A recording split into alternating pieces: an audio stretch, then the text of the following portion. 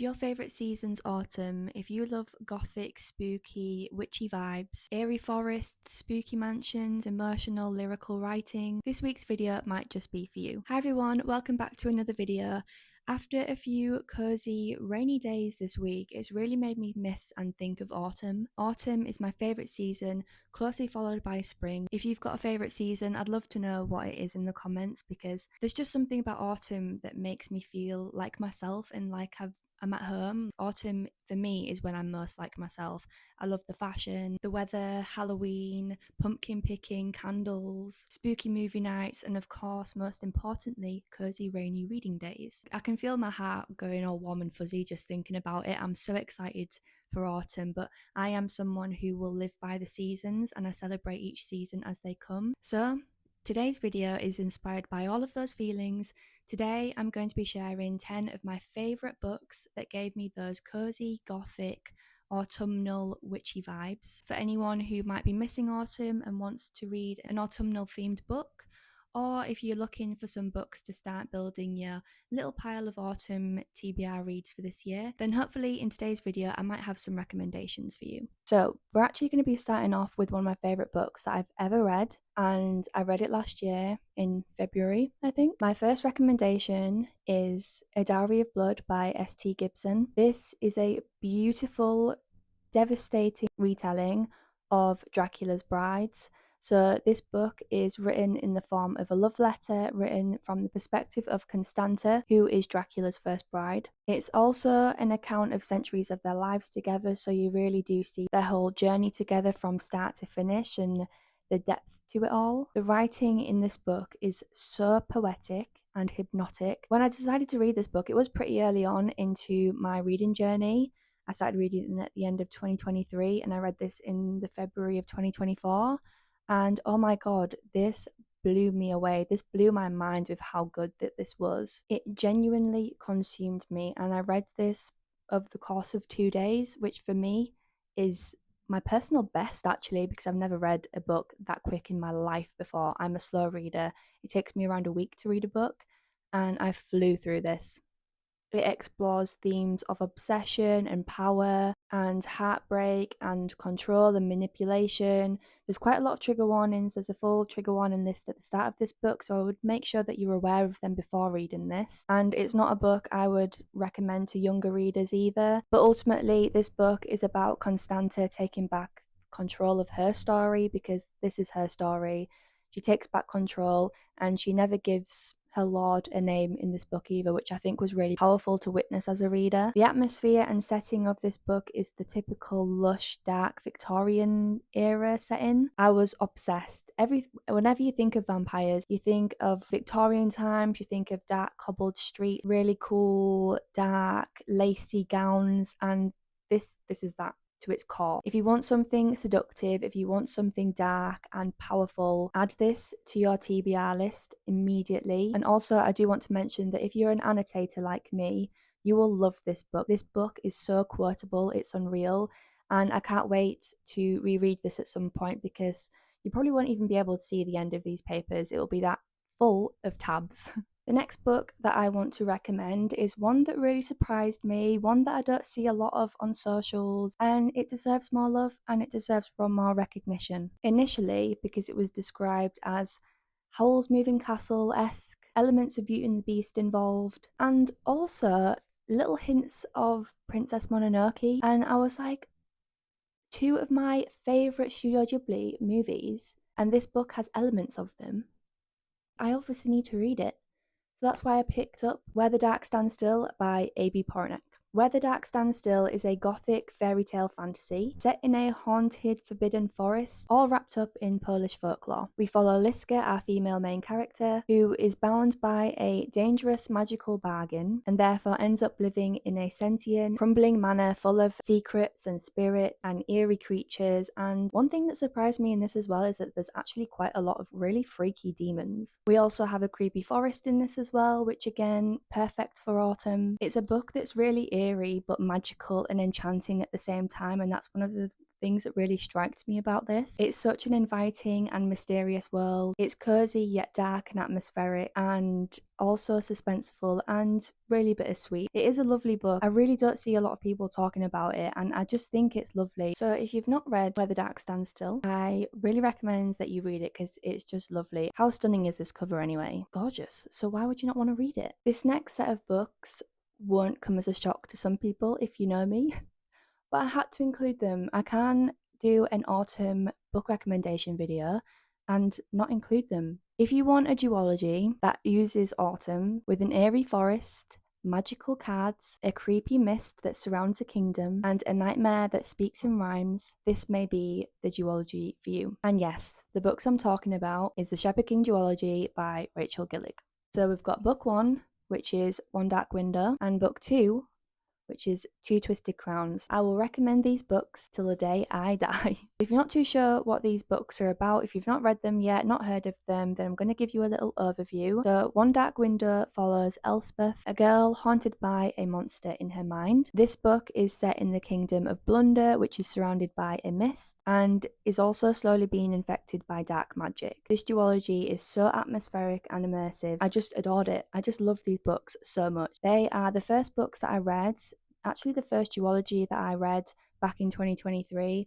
It was autumn. I started my Bookstagram on Halloween, which is very me to say that I love autumn. I'd seen these after looking on Pinterest because I knew I was wanting to start reading. So I looked on Pinterest and One Dark Window kept popping up, and I was like, this sounds really interesting. The cover's really cool, quite my vibe. Picked them up and I've loved them ever since. And that's why I love these books so much, because they are the first duology that I read. It's honestly the perfect duology to read in autumn. If you love moody fantasy with high stakes, with a Gothic feel, you need to pick up the Shepherd King duology or reread the Shepherd King duology, which is what I'll be doing this autumn. I cannot wait to reread these books. Next up is a book that I've read this year. It's a very recent release and it's one of my favourite books of 2025 and possibly one of my favourite books I've ever read so far, by the same author, Rachel Gillig. Reading this book genuinely felt like walking through a lavender scented dream. You just whisked away into the Stonewater Kingdom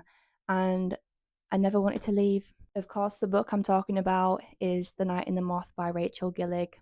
This book is everything to me. I love One Dark Window and Two Twisted Crowns, and I didn't think anything could top it. But obviously Rachel Gillig is the queen of Gothic fantasy, but this is just stunning in every way, and I need the second book immediately. And this edition alone, I'm just obsessed with it. I'm obsessed with this book so much.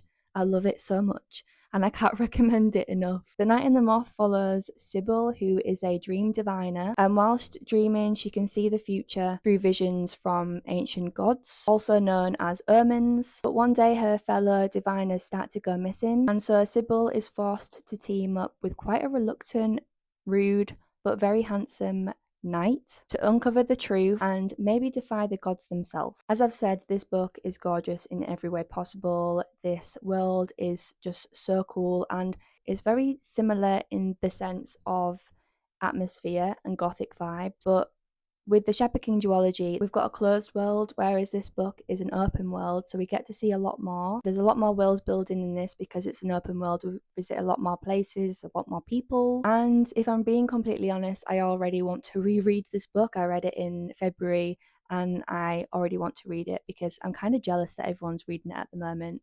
Even though I've already read it, I want to I want to reread it again because it's just so good. This is a beautiful book about self-discovery, love and magic, life and death, good and evil, and it's perfect. Again, like the Shepherd King duology, the romance in this book is a subplot and it's gorgeous, it's full of yearning, it's emotional, and yeah. If you've not picked this up yet, then I highly recommend that you drop everything that you're reading right now and pick up The Night in the Moth because you won't regret it. You'll love it. The next books that I want to talk about is another series, the Trilogy, and it's another favourite series of mine. We've got Shepherd King Duology is a favourite series, and we've got another series. So two of my favourite series are included in this. I love these books so much. and I again will continue to recommend them. This trilogy is a gothic murder mystery with ghosts and gardens and a spooky manor. It's basically everything that I love. I love a bit of mystery and everything gothic and spooky. What more could you want really if you love those things? And also the covers of these books are just stunning. These books are just everything that my taste in covers, my taste in plot and themes. It's just, these books are just me. And again, they're just books I just really want to be associated with because I just love them. I love them to my core. This series is a soul series of mine. And the series that I'm talking about is the Belladonna Trilogy by Adeline Grace. I love them. I just love them. As a little overview of what this first book is about, Belladonna follows Signa, a girl raised by some pretty greedy guardians, and is also stalked by Death himself. After a death of a guardian that she's living with, she's then sent to live with her remaining relatives that live at a pretty spooky mansion. She must solve a murder with the help of Death, which then brings up the question, is he her greatest ally or her undoing?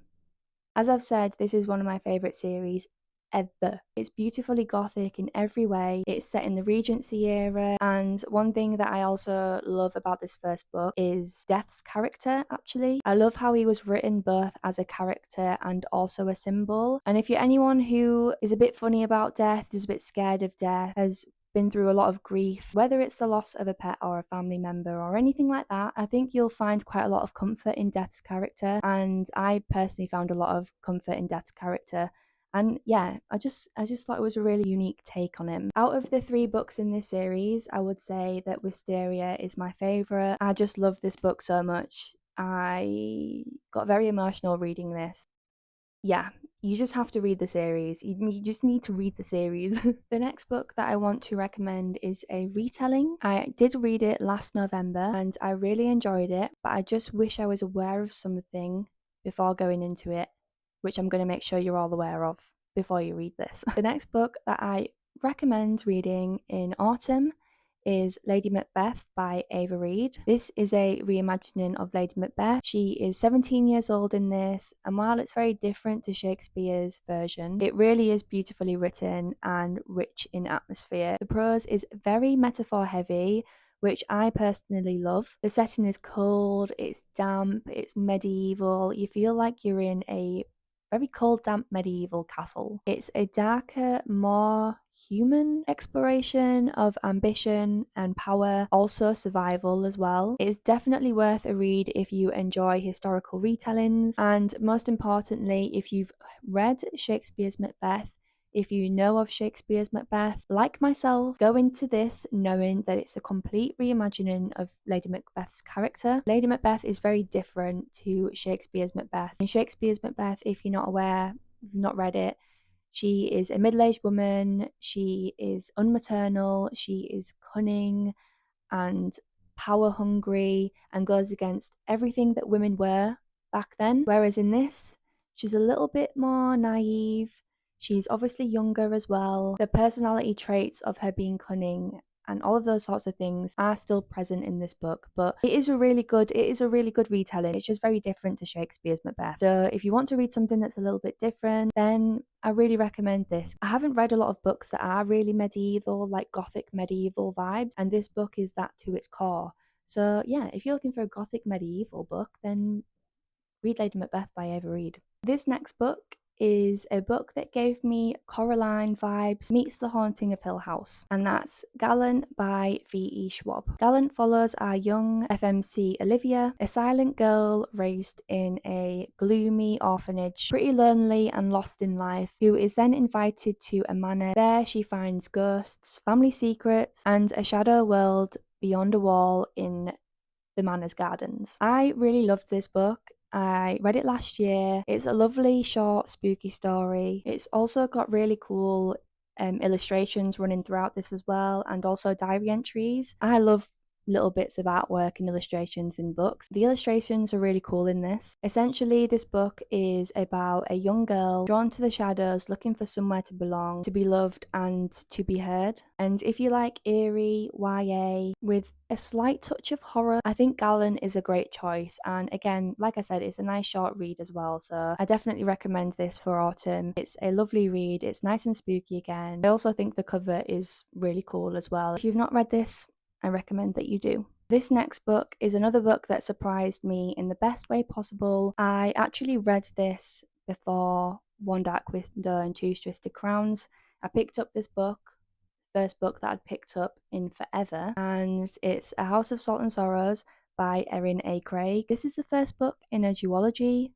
I also have the second book, but I've not read it yet. A House of Salt and Sorrows is a Gothic fairy tale retelling. It's all ocean inspired as well, as you can probably tell by the cover. The cover is gorgeous and it really gives off the vibe of the book. So yeah, it's a fairy tale retelling about 12 cursed sisters who are all dying one by one, and our FMC Annalea suspects something sinister is going on behind all the glittery balls that they sneak off to each night. This is set in a seaside manor, again in the Victorian times. The manor's full of ghosts, full of mystery and secrets and dark magic. It's eerie and again incredibly atmospheric. I actually read this on holiday in Cape Verde and I can vouch for it being atmospheric. I was laid on a sun lounger in Cape Verde in 30-degree heat next to a pool, and every time I picked this up I felt like I'd been transported to this book. It was just so good and quite creepy at times actually. There's some quite creepy scenes in this book, and I think it's a great autumn read, especially if you're looking for something that's going to completely immerse you, transport you to this rainy seaside Victorian town. Okay, I'm on to my second to last book. This next one is a slower romantic fantasy. So we've got a romantasy with enemies to lovers, and the book I'm talking about is A Dawn of Onyx by Kate Golden. A Dawn of Onyx is the first book in a trilogy. The trilogy is called the Sacred Stones Trilogy, and this follows Arwen, who is a healer, and she sacrifices herself to save her brother and ends up being prisoner in a ruthless enemy kingdom. So this book has a evil king. Arwen then has to navigate dark magic, and this also involves a slow burn enemies to lovers romance. So why would you not want to read this? It's atmospheric, it's magical, it's gothic, and as a crystal girl, one thing that I really liked about this is that all of the locations in this book, the kingdoms, are all named after crystals. This again is a book that surprised me and a series that I actually don't see a lot of people talking about again, and I think people should be talking about this because it was really good. I really enjoyed this. It's easy to follow, it's easy to get your head around, it's a romantasy. We've got a mysterious MMC. I haven't read the other two books yet, I've only read the first, but I do really want to read the second book. I believe it's called A Promise of Peridot. But yeah, a gorgeous gothic romantasy. What more could you want? And finally, my last recommendation for today's video is After the Forest by Kel Woods. I knew what it was about, but I also did really pick it up for the cover because the cover is just autumn. It just screams autumn. This is a dark fairy tale retelling of Hansel and Gretel. So this is set in 17th century Germany. So if you're aware of Hansel and Gretel, this follows on from those events of that fairy tale that we're all aware of as children. It's got a gorgeous autumnal feel with magical gingerbread, secrets, and obviously that fairy tale feeling that takes you right back to childhood, but this time this book is written for you as an adult, which I thought was really cool. This is perfect for anyone who loves folklore, retellings, and a touch of magic. It's definitely dark and enchanting, and I would highly recommend this if you love fairy tales and retellings and all of those things. It's just a lovely book, and I mean the cover's gorgeous. So that's my list of autumnal, gothic and atmospheric reads, perfect for anyone who's missing that crisp air of autumn and spooky season vibes. Like myself, these are all the books that I recommend and adore and think everyone should read. These are the top 10 books I will always recommend to anyone wondering what to read in autumn. And yeah, those are all the books that I recommend to read in autumn, and I think they're beautiful and they're everything that I would want to read in autumn. I hope you've got some new recommendations from this video, or you might have spotted books that you've already read that you love as well. I'd love to know if you've read any of these books, or if you also have some recommendations for me. Gothic fantasies and gothic fairy tales are my favourite type of fantasy books. They're my favourite books to read, and I'm always open to hearing more recommendations because I just love these types of books. I hope you're all having a lovely afternoon or evening wherever you are, and I'll see you in the next video.